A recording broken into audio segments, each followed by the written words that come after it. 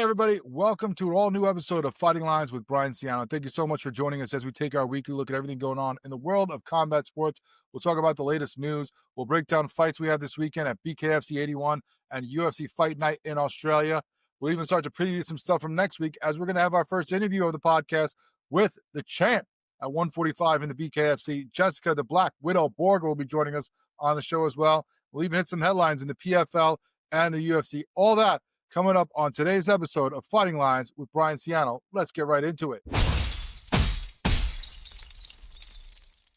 One bit of news we found out this week was, of course, the PFL announcing a new card for the end of this year, December 13th in Lyon, France, where they will have the PFL Europe Finals on that.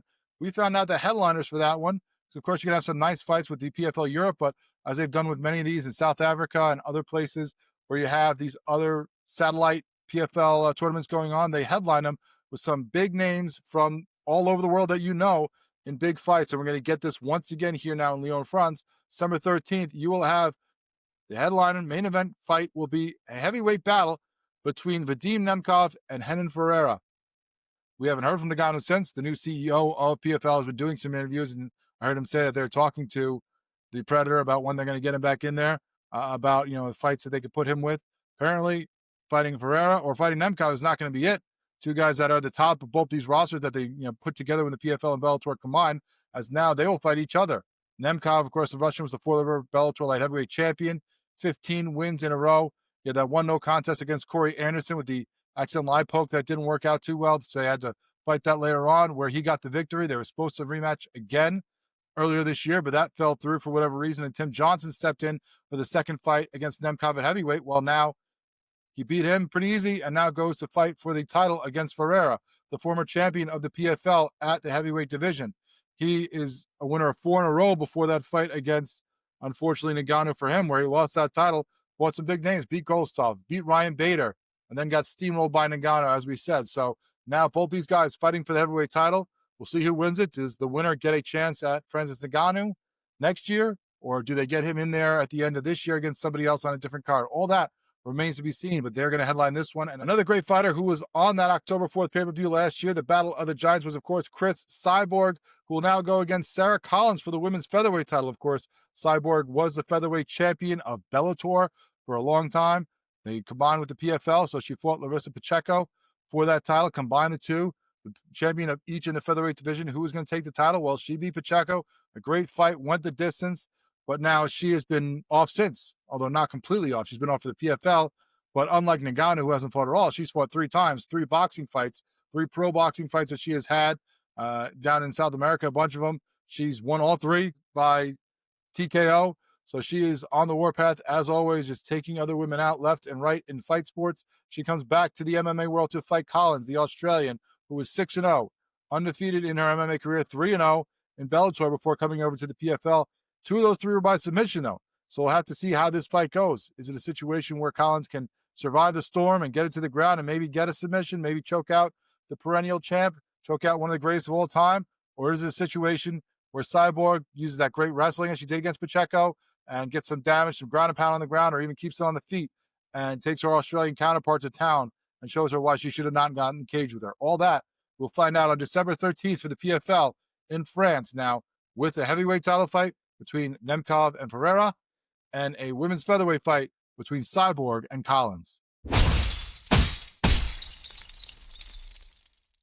Another thing making a lot of headlines this week is something that we're going to have to wait for, and that is the UFC card next summer that's supposedly going to happen at the White House. The 250th anniversary of the United States of America, the July 4th time period. Of course, it never falls on July 4th when they have these fights. It always falls that same week, though. The International Fight Week they have in Vegas, the Hall of Fame inductions, all that stuff. Well, the fight card itself is still allegedly going to be happening in front of the White House in Washington, D.C., and we got some renderings and some details on that. Dana White and the UFC released some digital sketches of what it might look like. You're going to have a big arch of lights over it. You get the ring right in the middle there. You're going to have, they say, about 5,000 people in attendance, but they also might put about 85,000 people at the Ellipse for a watch party, because nothing has ever gone badly putting a whole bunch of people at the Ellipse in Washington, D.C. We'll see how that goes. Anyway, we've got some theories, some details, and a lot of other people talking about this card still, even though we are almost still a year away from it. So let's get in the mix ourselves and talk about it and give our theories of the case. First of all, I hate this idea from jump. This is the White House. This is a historic building, the center of the United States power. If you see it, you know it. There's not anybody around the world who has not heard of the White House, does not know what it looks like for the most part. In the civilized world, of course, there's going to be some people in different places, but most people know of the White House. You have heads of state, dignitaries, just incredible things that happen here, history all the time. And we're going to put a fight card in front of it. I hate it. This isn't some wedding venue, okay? Although there's been talk about that too, because, allegedly Tiger Woods might try to have his second wedding there with Trump Jr.'s ex-wife, which would just be weird in its own right. But still, what's next? Sweet 16s and quinceañeras when Trump is away playing golf for the weekend? I think this is ridiculous to put this there, but they're going to do it anyway. They're not going to listen.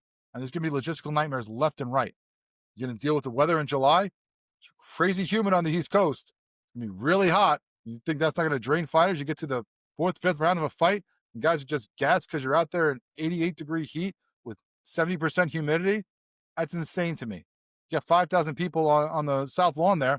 Where are they going to the bathroom? Where are they getting food? Do they got to go to the Rose Garden Club there to buy some steaks? Or are we getting some burgers and fries and cocktails out there? What are we doing here? Not to mention bathroom, security. So many things could go wrong with this, but somehow we're still going to do it anyway because that's what they want to do. So people are talking about it. People are interested in it. Daniel Cormier, of course, the former champion of the UFC and now longtime commentator, was talking about it himself as well, saying that you have to let Jon Jones fight on this card. He thinks you need a big American on the card. Talked about how you just had the Noche UFC card where you had 6 Mexicans. You had 3 Americans of Mexican descent. We have this card coming up this weekend in Australia and up and down. You look at the fight card, just about every one of them has an Australian or someone from New Zealand. So you see that all the time. When you go to Brazil, it's a lot of Brazilian fighters. I get that. They do that all the time with these cards. So yes, of course, you're going to fight at the White House for the anniversary, the 250th anniversary of the United States of America. You want some good Americans on the card. But don't let it be Jon Jones. Not because he's not great. If you look at the skill level, the guy is probably on the Mount Rushmore of the UFC. But as Dana White has said, and I'm really applauding him for this, because there's been many times that he didn't think this way, he is done waiting and relying on Jon Jones. He's held him up too many times, screwed him over too many times. How many fights were getting canceled because, of his issues? How many times do you have to get stripped of the belt and we have to get new champions? Or just the fact that he holds up divisions, the years that he wasn't fighting at light heavyweight because whether it was his issues or just didn't want to fight or because of money or him taking years to get up to heavyweight and then finally fighting for that, getting that title, and then hasn't fought since. Aspinall's been sitting there twiddling his thumbs because Jon Jones didn't want to fight him or, for whatever other reason. You cannot rely on Jon Jones. Do not put him on this card. If you're talking about greatest Americans that can still fight in the UFC, sure. He is absolutely the top of that list. But this is too important for the UFC to have fall apart because all of a sudden Jon Jones decides he's not going to fight for whatever reason. And Cormier being the one to stump for him, that's just weird. It's like the ex that got cheated on telling the next person that the person they're dating is worth the trouble. I don't get it. This guy's been burned by Jones so many times, I lost count. So I don't know why he's the one stumping for him. I don't know why he's the one saying it. I guess just because, of course, his affiliation with the UFC, his work with the UFC, and he wants the best for it. Still think it's a terrible idea. Don't trust him. The guy said he was retired, then stay retired. You want to put us on ice? Now you're on ice. Enjoy the rest of your life. Your career is done. And if you want to come back, okay. Not on this one, that's for sure. Now, if you're thinking about who could fill that void, because as Cormier said, you need big Americans on that card. Well, let's look at what we got. That could be a problem in some respects. As far as the men, there's no American man in the top 10 pound-for-pound rankings of the UFC right now. As far as the women, of course, you have Kayla Harrison as the only American champ in the whole UFC. But, of course, she is a champion in the women's division. That could change in many fronts, not just, if she fights Nunes, but also if some of these other fights that happen end up going a certain way. So let's take a look at it. First of all, if you know this is being put on by Dana White, this is putting on, Donald Trump involved, there's going to be certain fighters that are on there just because of their affiliation and their love of Donald Trump. Right off the gates, I can tell you 3 spots are getting taken up as long as these guys are healthy and willing to go. And that's Sean O'Malley, who's the #1 at bantamweight, which makes a lot of sense. Not just because of how he feels about the president, but because he's one of the top guys in this division. He's lost back-to-back fights to Dvalishvili. He's saying he wants to fight Song Yadong on that card. I think we need to see him in there before we throw him in as the top of a card right now, but that is a possibility. Number 10 in the welterweight division is Colby Covington. Of course, a big Trump supporter, MAGA guy as well. Now, the only fights he's had in the last 3.5 years, he's lost both of those. So, again, you want to get on this, you got to get some action in first. We're not putting Colby Covington cold off the bench here to be a big part of this card, but I'm sure he will anyway. Middleweight, you got number 3, Sean Strickland, another big Trump guy. He's lost 2 of his last 3 fights to Duplessis. He was hoping to return in December after having a 6-month suspension for actions that he took at another event, a different fight card. So once he gets off that, maybe get him a fight, he'll probably be in there as well. And of course, all these rankings, all these decisions, all these picks could change depending on what happens over the next 9 months. Injuries, fights, guys being dropped because of rankings or what they, results, all that can change easily. But now, when I go through the divisions, when I look at who's in that top 10, top 5 range at certain divisions and who would bring excitement and a great fight for this fight card, these are the ones that I'm putting on there. Of course, the women's champ, Kayla Harrison, has to be on there. Not only is she a champion in the UFC, not only is she American, she was a representative for the U.S. at the Olympics where she won gold medal. How could you not put her on that card? I mean, I think she could be at the top or at least a co-main event, especially if she's still holding on to that title, especially if you got her versus Nunez for the belt. I think that would be a perfect fight for this card. Then, another guy who's got to be the top, Derek Lewis, the heavyweight. Now, he's just inside that top 10, but he's won back-to-back the last 2 years, and he is one of the most entertaining fighters in the UFC, period. You need a guy who's American. You need a guy who comes in there and fights and isn't going to get a pitter-patter for a decision, a guy who's going to put on a show. The Black Beast is on my list. Then, you got a couple guys at lightweight here. Number 3, Max Holloway. Number 5, Justin Gaethje. Holloway just lost to Poirier, but when rebounded versus Poirier for the BMF title, he's going to be out till 2026 with an injury. Perfect. Keep him out another couple months. Let him train. Throw him on this card. You even had that BMF title up there. Add an extra belt to this whole spectacle that we're doing. And then Gaethje, I know he beat Poirier, lost to Holloway, but then beat Fiziev. He's been angling for a title shot. I don't know if he necessarily gets that title shot. If he does, it could be great for this card. If not, get him another fight. Either way, this guy's exciting. This guy puts on a show. Again, he's a banger. He's not going for the decision. Perfect guy to throw on a card that you need excitement for. Also, at featherweight, I'm going to throw on number 5, Aljamain Sterling. He lost to Evelev before beating Ortega in August. Another guy who could be exciting. I don't know if I'm putting him top of the card because he could also get in a grappling match. He's very, touch and go with how he's going to fight. It's all going to be about the fight, all going to be about the matchup. But another guy whose name I put on the list. And then a few more here. Heavyweight, Curtis Blaydes. He's number 4 in the division. Now, I don't put him at the top. If it's him or Derek Lewis at the top, fighting someone else, I'm putting obviously Derek Lewis at the top because even though Blaydes is a higher ranked fighter, he's not the most exciting fighter always. He's alternated wins and losses his last 4. Beat Aspinall by injury, then lost him 1 minute in when they rematched after Aspinall healed. Maybe get a trilogy fight with them. If it's for the heavyweight title, then you could put him up top.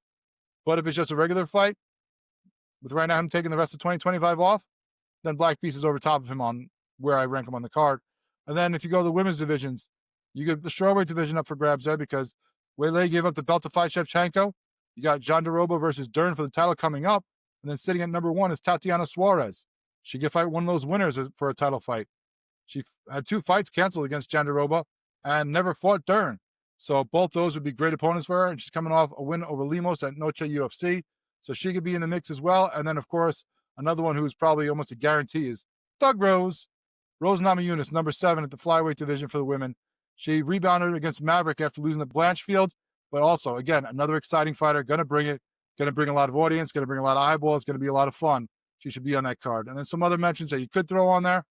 You got Brandon Royale at number 3 in flyweight right now. Henry Cejudo's number 10 at bantamweight. He's lost 3 in a row, so he's lost a lot of juice. But the angle of him, being a champion for the U.S., you could get in there. He has 1 fight left, he says. I would assume it'd be sooner rather than later, but maybe he wants to wait for that one. Then at welterweight, you have Bilal Muhammad, who's the number 1 in that division. You have Sean Brady, who's number 2 in that division. Kamaru Usman is number 5, although, he's had some struggles. I don't know if you throw him on that. Light heavyweight, Khalil Roundtree's another American at number 4, and Jamal Hill at number 6. Although Hill's lost his last 3, so that might not be a great one to put on.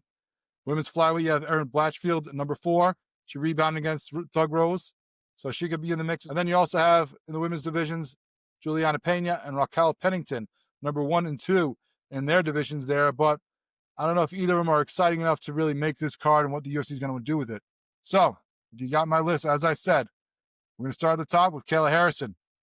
Then you got a big boy with big fists and Derek Lewis, the Black Beast, Max Holloway, Justin Gaethje, Aljamain Sterling, maybe Curtis Blades if it's fighting for a title or against a big name opponent, maybe Tatiana Suarez, Thug Rose for sure. Those are the ones that I'm prioritizing if I'm the UFC as badass Americans to fight on this card in front of the White House for the 250th anniversary of the country. And some other rumors as well. Of course, Conor McGregor saying he's coming back, saying he wants to be on that fight.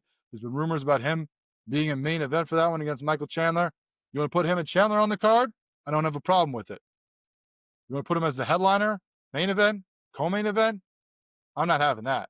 They could be on the main card, but both these guys have fallen on hard times. I mean, Conor hasn't fought in 4 years and lost 3 of his last 4, and Chandler's lost 3 in a row and 5 of his last 6. They're not the main event.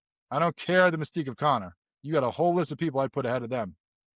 People also talked about Ronda Rousey coming back out of retirement. She hasn't fought in almost 9 years. She just started training again. She was awesome. I loved her career. She's been too far out of it to even think about putting her on this card unless it's way down on the list.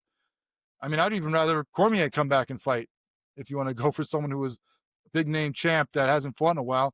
It's only been 5 years for him since he lost his Stipe back-to-back.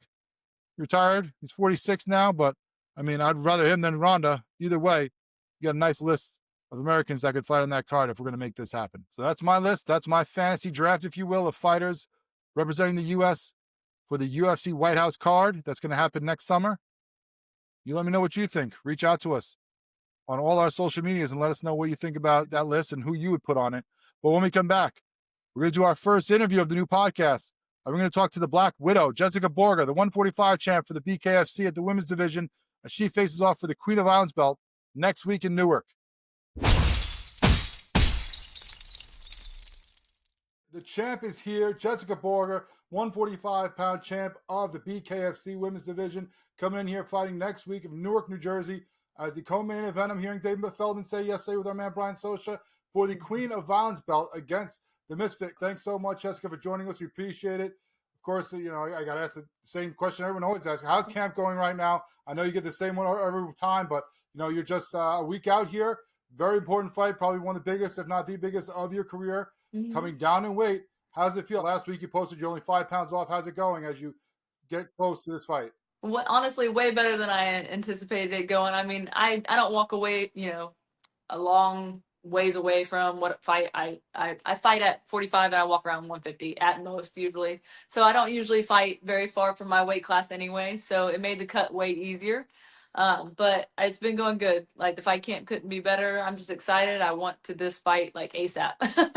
So do we. We can't wait to watch this fight. It's going to be an awesome card. Hopefully I'll be there in attendance. I'm in the New York area, so I'm looking forward to this. I'm finally getting over here into New Jersey, New York. It's going to be a huge market for the BKFC to break into, I'm sure. How exciting is that for you? I mean, obviously, you're down in Florida, so there's been a lot of fights there plenty of times, you know, fighting at home, fighting in front of fans. But with all the history of fights in New York, New Jersey, Connecticut, like this area, you know, it's not Madison Square Garden, but Prudential Center, they still have a good history of combat sports here. How does that feel for you to be the first BKFC, you know, card to be there? Oh, it's an honor, you know, to be on such a big card where it's at, just starting and getting and growing the sport more is just, it's an honor to be a part of it. Well, speaking of the Prudential Center fights that they've had there, you know, as MMA is where you started. You're actually a BJJ black belt. What was it like for you? You said that you feel at home in the BKFC. This is, you know, where you want to be. Obviously, you've had incredible success, but for someone who started as, you know, ground training and grappling and submissions to come in here and just be knocking women out left and right, what was it like for you to make that transition? What made you make that decision? And I mean, obviously, I'm not going to ask how it's gone because it's gone pretty damn well. It is going very well, you know, and honestly, there was no transition for me. It's actually what I started with, you know, the bare knuckle brawling that like I was raised in. I grew up fighting. I grew up fighting on the streets. I fought men bare knuckle. Like that was always kind of more my style. But when I got into MMA, I started transitioning to my school being a jiu-jitsu based and wrestling school. I mean, if you look at the beginning of my career, I was knocking them all out in the first round too, and then we just got, better at ground game. And I kind of, with MMA, you kind of get good at certain things, and then you start kind of transitioning in certain ways and pulling it all together. So I kind of get away from my stand up because we didn't do much stand up, and bare knuckle. Like as soon as I knew about BKFC, I wanted to join, but I was under contract with Bellator, and I still actually had one fight on my contract with Bellator before like actually getting out of that contract to do my first BKFC, and it was over from there. Like I've never felt more comfortable, more calm. This is what I was meant to do, I feel like. I don't see another person right now beating me in this sport. This is just what I was meant to do. It certainly shows. I mean, usually you see jiu-jitsu fighters, you see jiu-jitsu black belts. Obviously the stand-up's going to be the weak thing. That wasn't for you, as we've seen time and time again so far in your 3 fights in the BKFC. You talk about there was no transition, just going back to what you were. We've heard similar from other fighters. Guys like Eddie Alvarez talked about how I used to do this in the street, so why not get paid for it now? And for Exactly. you, right into it, right to probably not almost say a step down in competition. I don't want to disrespect any of the women in the BKFC. We've had many of them on shows over the years, but from fighting guys, I heard the story about knocking a guy out in your mini skirt and heels to fighting women where you're in flat shoes and you know what you're supposed to be doing. Probably is a little bit of a step up, especially you have a few drinks in you before you're doing it now. Yeah, and that at that time, I had no training whatsoever. That was just me growing up. I was always violent. I was raised in violence. I That's what I knew, and that's what I was good at, even without the technique. And as I became a professional fighter, and I did, the training and got better in the actual technique, it's just made me more violent, more efficient, more deadly. It's that skill really comes into play. And I'm just getting started with my bare knuckle boxing, like boxing in general, stand up. I'm just getting started with it, and you can see the way I've excelled each fight since my first BKFC fight and since I've been with Shift Combat. So you can see like just me just growing, and I love that because I love improving, and I love improving in every area I can, and there's always room for improvement. So I'm just excited to showcase once again how much more dangerous I am each fight. Well, that's scary to hear. I'm sure Hannah Rankin would not want to hear that you're getting even better than you were after you just faced her for that inaugural title. And you mentioned Shift. I mean, that is a great hotbed, especially for the BKFC. Florida in general has been a hotbed for the BKFC, whether it's South Florida or Tampa, Florida. It seems to be the 2 biggest areas for a lot of the best fighters in the BKFC. But Shift, I've talked to a number of your teammates over the years, whether it's Captain Deadpool or Crystal Pittman or the Redneck Mundell, Papa G. Talk to all of them. How important is that for you as you talk about getting better, growing, your technique improving every time to be in a camp that can actually understand BKFC bare knuckle fighting? Because most of a lot of other fighters, of course, or especially in the beginning of this promotion, have come from gyms where it's a boxing gym or it's an MMA gym, and they have a lot of years and experience and knowing the technique, the different things to do with that. But obviously things shift a little bit, especially when you take the gloves off and there's nothing to block punches, there's nothing to do different ways that you can work the rules as you do in MMA or boxing. Now come to a gym where there is so much expertise in this area of fighting. How much is that helpful in working your technique and getting you better before each fight? It's everything. Honestly, it's everything. My coaches, I'm just grateful to be around such high level fighters and coaching, because especially with bare knuckle, like you said, there's a big difference between bare knuckle and MMA and boxing. There's a big difference. You need to have that secret sauce, we call it. With Shift Combat has that. They just know what to look for. They know what to work with. They know what to defend. I mean, they're just very good. They all work great together, and having such high level other bare knuckle boxers to work with really elevates your game too. And obviously, it takes a lot of time to train to be a professional fighter, especially a championship level fighter. As you do, you put in that work. We see all the Instagram posts, not just about the rounds hitting the mitts, but the work and the strength training as well. Those hours, the hours of recovery. You have the hyperbaric chamber. You got the different things that you're using to get yourself to peak performance every time you train. How much does that take a toll on you outside of that? Your other life. I mean, you're a mother, you're a wife, you got a lot of business ventures going as well. You're a realtor. There's many things you got going on. You got a nonprofit as well. So many irons in the fire. How do keep that balance, find that time to be a high level fighter, be at your peak performance training wise, but also not let those other things go by the wayside. Honestly, you just have to make it first, especially in fight camps. That has to come first. The things have to come second, unfortunately. But fortunately for me, I have a very, very supporting family, very supporting friends that help me pick up the pieces where I need. People that are invested into the businesses and stuff like that I do, that really take the reins whenever I'm in fight camp, so that I can commit fully to the fight camp and the training and the recovery. Because like you said, it takes an ample amount of time for each of those things. Like just me traveling, people don't realize how dedicated my schedule and training is. Even when I'm not in fight camp, I'm still training. I'm traveling to go to one training in the morning that's an hour and a half away, and then I go to another hour to an hour and a half, depending on traffic, to my next training, and then an hour to an hour and a half back home, depending on traffic. After that, so it's like easily 5 hours of travel a day. So that's why, like, I'm in the process of actually finding like kind of like a mobile apartment with a small RV that I can go traveling in between and have all the stuff that I need in between. I'm making it work now. I have a lot of people that help me while I'm in fight camp when I don't have something available like that. But I'm very good at being able to juggle things as well. So I'm fortunate for that as well. Plenty of athletes have had to do things like that. I think it was Philip Rivers read the story of, traveling like an hour each way to camp. So he had an RV or some kind of van where someone would drive him and he'd just be in the back watching the film, breaking down things. So, and the RV would probably suit you perfectly. I know you're very big into the outdoors, the camping, doing things like that. And, when you're riding, it's probably in style. I've seen a bike.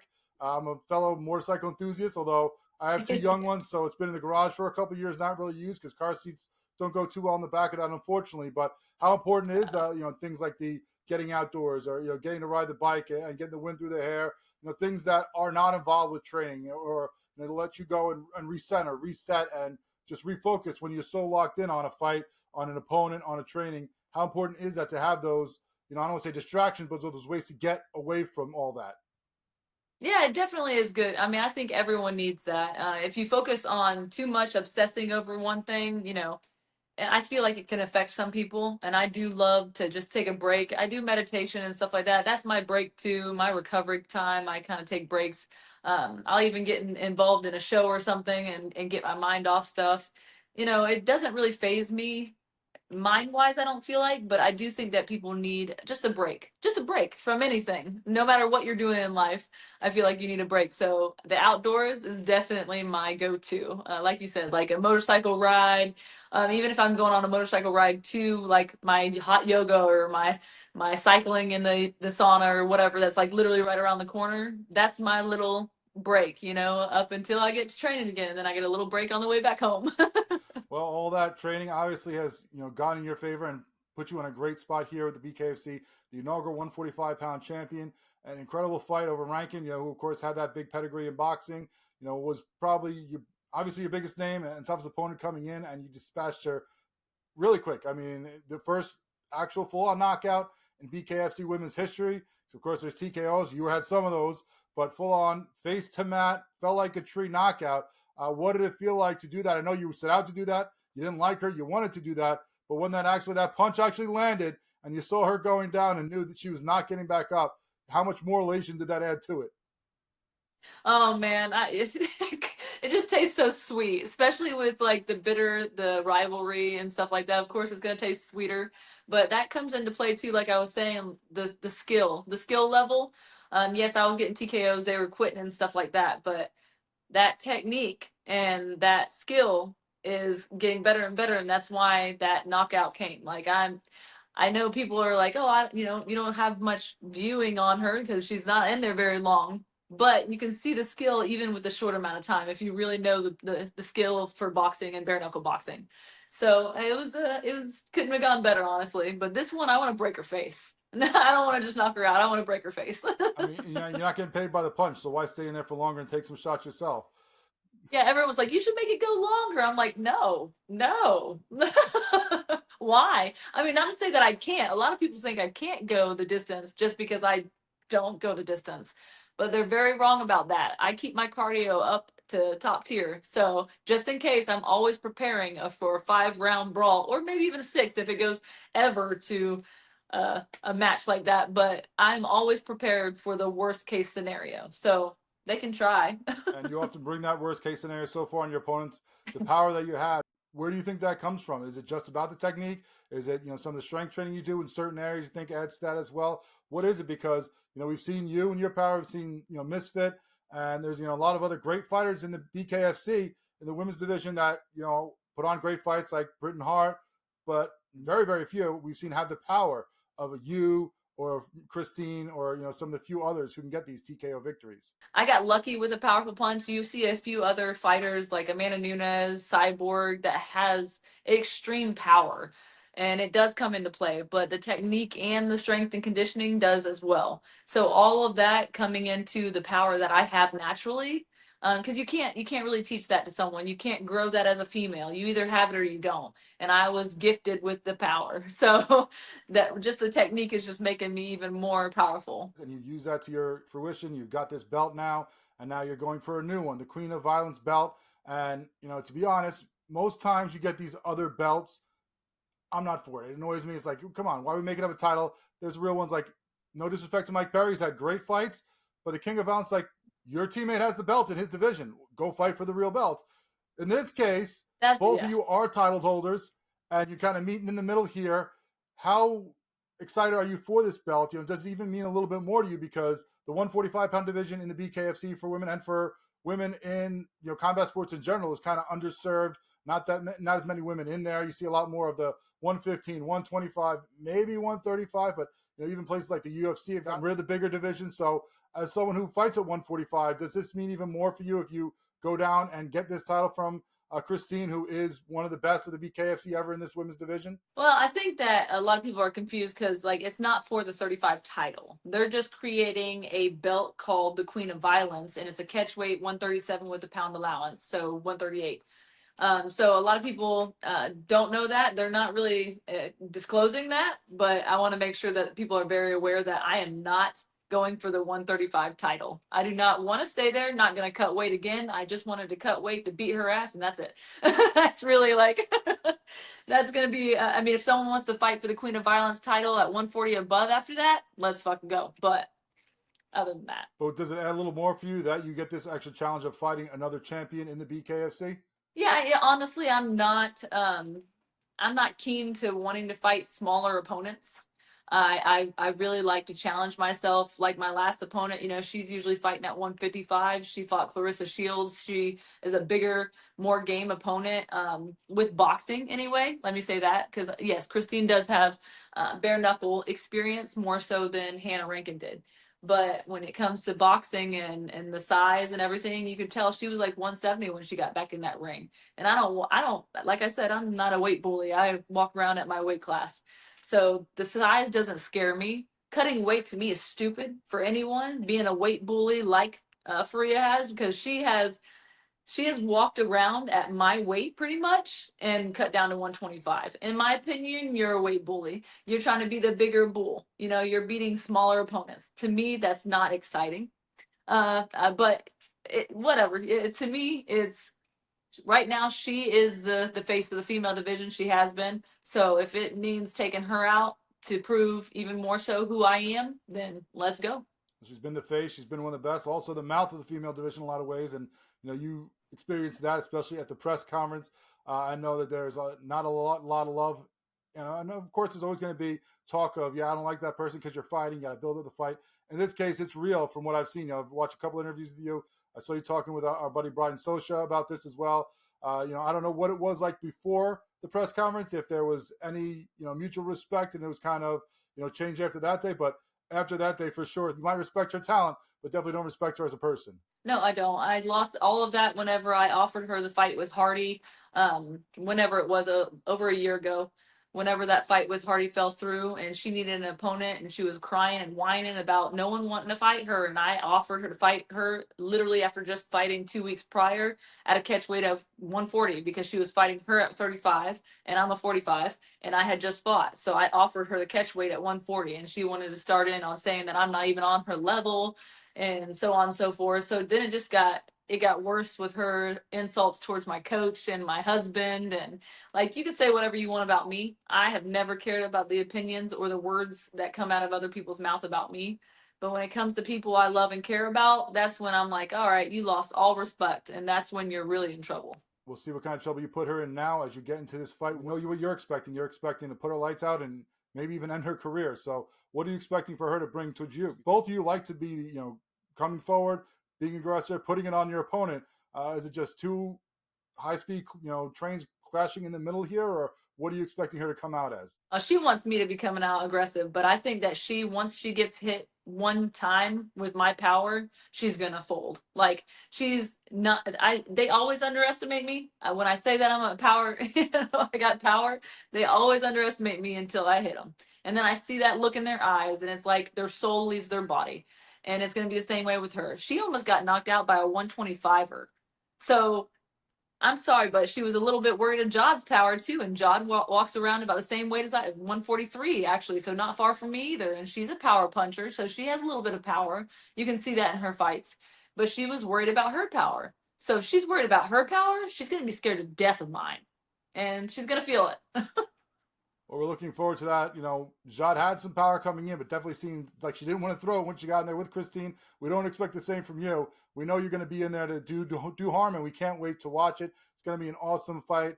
We're looking forward to seeing who wins that Queen of Violence belt. But before we get you out of here, I want to give you one last question here, because I know that you came from a situation where you had a lot of things going on in your life. You started training, you said, because of domestic violence that you went through. You have this nonprofit where you go and speak and share your story to people and try to let them know what happened to you and help better their lives. How big is that part of your life? You have your family, you have your training, but how big is it for you to have this nonprofit, to have these speaking engagements where you go and share your story with people who may be going through things that you did and try to give them a little extra hope, a little extra light, and improve their lives as well? I get goosebumps just you talking about it. It is everything to me. It's like my entire heart, passion.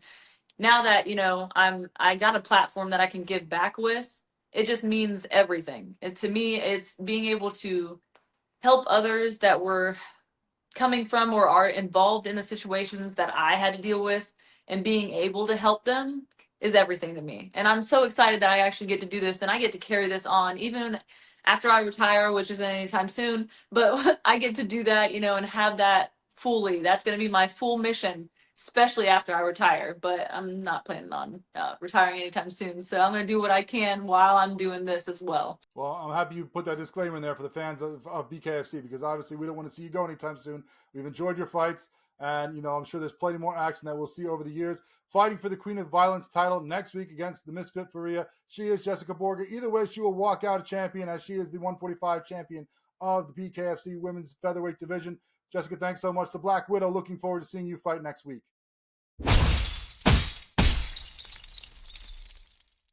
Great to talk to Jessica Borga about her upcoming fight next week against the Misfit Faria for that Queen of Violence title in Newark. There's going to be a lot of great fights on that card, and that one could easily be fight of the night between those two. Those are some bad women with some violent intent. I can't wait to see them match up in that card. But there's cards this weekend as well, so let's hit those a little bit before we get out of here, give you some bets, give you some action to get involved in. Only one of those that you can really bet on right now, and that, of course, is going to be the UFC Fight Night in Perth, Australia, 10 o'clock Eastern on ESPN Plus on Saturday. So a lot of action that you can get in this one. There's not the biggest names. A lot, as we said before, Australian and New Zealand fighters up and down this card. So maybe some hometown, people that the fans there will know. We might not know them or have as much insight on them. So I'll give you some of my favorite bets, and I'll give you some other ways you can play it for a little bit of value here and there. First of all, at light heavyweight, you have the battle between number 3 Carlos Ulberg versus number 7 Dominic Reyes. Very interesting the way the odds are working in this one. Ulberg, the 34-year-old from New Zealand, is 13-1. Has won 8 in a row since losing his UFC debut. Started with KO TKOs, but right now, lately, has been a lot of decisions in his last 2 versus Uzumir and Blachowicz. And now he's fighting Reyes, the 35-year-old from California, who's 15-4 in his MMA career. Lost 4 in a row to guys like John Jones, Blachowicz, Rajaka, and Spawn, but then was away for 2 years and then came back, and now has 3 wins in a row in his last 2 years. All those by KO TKO. So some violent intent from the former title contender right now. They're both going to have the same height, reach, leg reach. So no really advantage there. But the advantage right now that I see is in the odds. Reyes plus 200. I know that Ulberg is at home in his area. I know he's got a lot of, friends, family, fans there. I know he's on a roll, but this guy who has fought for the title and who's violent and aggressive is getting that big of an underdog role there. Not the worst play to splash a little money on there right now. Olberg minus 265 is a favorite. Both those guys have KO TKO as the best odds right now, minus 270 for either of them to win by that way. Total rounds is set at over 2.5 at plus 106. Of course, going to be a main event, going to be a 5-round fight. I'll splash a little money on Reyes. I don't love this fight overall as far as betting that one because Olberg, as I said, is a big favorite, and I don't want to put that kind of juice on there or the juice for the knockout TKO. But I think that, this one is going to be one that maybe gets the over because if you look at Olberg, the way he fought last time against Blachowicz is basically staying back, just trying to kick from the outside and trying to get points. Reyes isn't going to let that happen, I don't think, but still could go later in the rounds. But I like Reyes as the underdog there to take a chance on. Also at light heavyweight, you have Jimmy Crute versus Ivan Erslan. Erslan, the 33-year-old from Croatia, 15-4 in his career, 0-2 in the UFC. He's lost 3 of his last 4 fights overall. 10 of his 15 wins by KO TKO. Crute, the 29-year-old from Australia, is 13-4-2. He beat Marcin Proncino in July by submission after going 0-3-2 in the last 4 years. 5 of his wins are by KO, 5 by submission, 3 by decision. So he can win any which way. Crute is the big favorite of this one, minus 200, of course, again, being in the hometown crowd area, that he's going to have that advantage. They feel like maybe they're setting him up to get back on the winning ways there by giving him this guy who's on a losing streak. I'm still not buying it. It's a lot of juice. I'm not buying it there. It's too high for my taste right there. So I'm going to go with the over 1.5 rounds at minus 122. A little bit better on the price there. And I think that this goes deeper into the fight with these guys. If you want to really take a chance on it, you go end by points at plus 240 or Crute by points at plus 450. Those things I might sprinkle a little bit on, but the way it looks like you have the big striker in Erslan, but if you're Crute, you don't want to go toe to toe with him then. That's the only way the guy wins, then why don't you play to where your strength is or where your ability to take away his strength is? Should we maybe take him to the ground where you have submission wins, you have decision wins. So I think that maybe we get a little bit more of that action in there. If Crute is smart, that's why I'm going with the over 1.5 rounds. Featherweight, you have Jack Jenkins versus Ramon Tavares there. Tavares is from Florida. The 31-year-old is 10-3 in his career, 2-2 in his last 4, 1-1 in the UFC, both those by decision. Jenkins, the 31-year-old from Australia, is 3-2 in his last 5 fights. Both are coming off a loss in their last fight. Jenkins is a heavy favorite at minus 295, obviously being from the area. Tavares plus 220. I'm not playing with this one. I'm staying away. Both these guys just lost. I haven't seen enough of them to really know if they could bounce back well.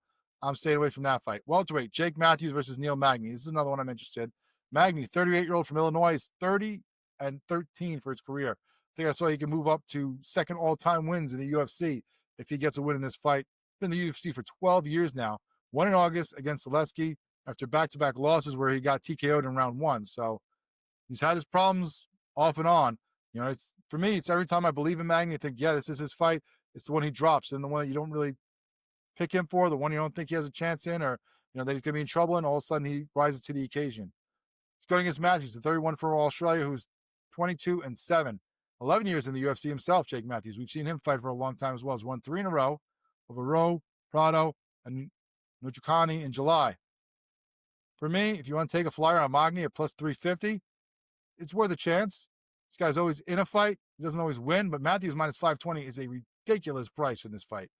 We've seen Neil Magny fight for a long time, and Magny's going to have a 4-inch height and 7-inch reach advantage. So he's going to be able to keep his opponent at bay a lot easier than he might against some other opponents. I think that he has a good shot there if you want to take a chance at that one. But both guys have a bunch of decision wins, and that's how I'm playing this. 17 of the 30 wins for Magny by decision. That's his biggest amount of wins. Matthews, 8 of his 22 are by decision. He's got 9 by submission, but his second most is by decision. So with Matthews the big favorite at minus 520, Magny plus 285, I think I'm just going to play safe and go fight goes the distance at minus 110. Total rounds is juiced to the over 2.5. So with a 3-round fight, they're saying it's definitely going over 2.5. Why not take fight goes the distance at minus 110? Then no matter who wins, I still win. Heavyweight, you got Justin Tafa versus Louis Sutherland. Sutherland, the 31-year-old from England, 10-3, making his UFC debut. He's got some champions at different organizations like Levels Fight League, but this is his first fight in the UFC. He's been 1-1 in PFL in the past, 0-1 in Bellator, 8 of his 10 wins by KO TKO. Tafa, the 31 from Australia. Always exciting, but not always winning. 7-5. All 7 of his wins are by KO. 5-5 in the UFC. So he's been there for a while. 500 fighter coming off back-to-back losses. Sure, at home, I lean to him a little bit as a minus 130 favorite. But that's not how I'm playing this one. You got one guy making his debut with 8 to 10 wins by KO. You got Tafa, who only wins by KO. Heavyweights, slugfest. Let's go. I'm going the under 1.5 rounds at plus 116. Now they have it to end by KO TKO minus 190 if you want to play it that way. That way, it's no matter who gets the finish or when it is, you get the win. Or you have Tafa by KO plus 125 if you want to get a little bit of juice but only have the one guy to play with. I'm going with the under 1.5 rounds at plus 116 just because I think it's anybody's guess on who gets knocked out. And that's got, for half the fight, I'll take a chance on the under because it's juice for the over, surprisingly. Then you have a lightweight battle between Tom Nolan and Charlie Campbell. Campbell, the 30-year-old out of New York, is 9-2 in his career, 2-0 in the UFC. He also fought in Bellator where he had 2 KO wins. 6 of his 9 career wins are by KO TKO. Nolan, the 25-year-old, is from Australia, 9-1 in his career, 3-1 in the UFC where he's won his last 3.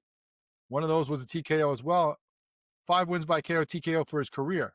But for me, I'm not playing Nolan at minus 162. I'm not playing Campbell at plus 126. Both guys are interesting. I want to see this fight because both these guys could have a bright future in the lightweight division. Where I'm playing it is to go to distance at plus 168, which I know sounds crazy because I just told you that you got a bunch of KO wins by Campbell and you got a bunch of KO wins by Nolan for their career. But if you look at the last couple fights, Campbell's last fight was a unanimous decision versus Peak. Nolan's last 2 fights against Reyes and Borger were both decision wins. So these guys got some great knockouts to make their name. Now they're in the big show fighting better opponents, being a little more cautious. I'm playing to go the distance at plus 168 for the 3-round fight. That's not the only action we have this weekend, though. Coming up, we're going to talk about what's going on in Manchester with the BKFC. BKFC's in action overseas this weekend as well. BKFC 81 over there in Manchester, 2 o'clock Eastern time on DAZN on Saturday. Now, of course, the UFC always moves their times around, so it serves the East Coast fans and the U.S. fans in general more so for a lot of these cards. Not so much for the BKFC, of course. Less time zones going over to the UK than it is going all the way to Australia, so that makes it a little easier, I'm sure. But 2 o'clock Eastern time for us U.S. fans is when this card is going to start on DAZN. You're going to have a lot of British fighters on there, as they always do, and they have these UK cards. Some interesting names to look out for. Not the betting angles that we get for the UFC, because unfortunately, don't have as many operators that offer odds for the BKFC as we saw maybe even a little while ago. You used to be able to get on some of the more main operators like FanDuel, DraftKings, BetMGM. Haven't seen those in a while. Something the BKFC should definitely work on because I know they have their own betting partner, but the more widespread you are in the gambling world, especially with sports, especially with combat sports, the more people get that intrigue because maybe they can make their own bets and make a little angle that they might not see for the books, especially in a sport like this, which is still a baby in a lot of ways. So anyway, we're going to look at the fights, say what we think about them, even if we can't get the great odds that we get for some other fights that we've talked about on this show.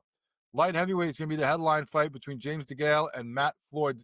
Both are making their BKFC debut, both former glove boxers. Of course, Floyd is a 36-year-old from Australia, 15-2 for his career. All those 17 fights, only since 2021.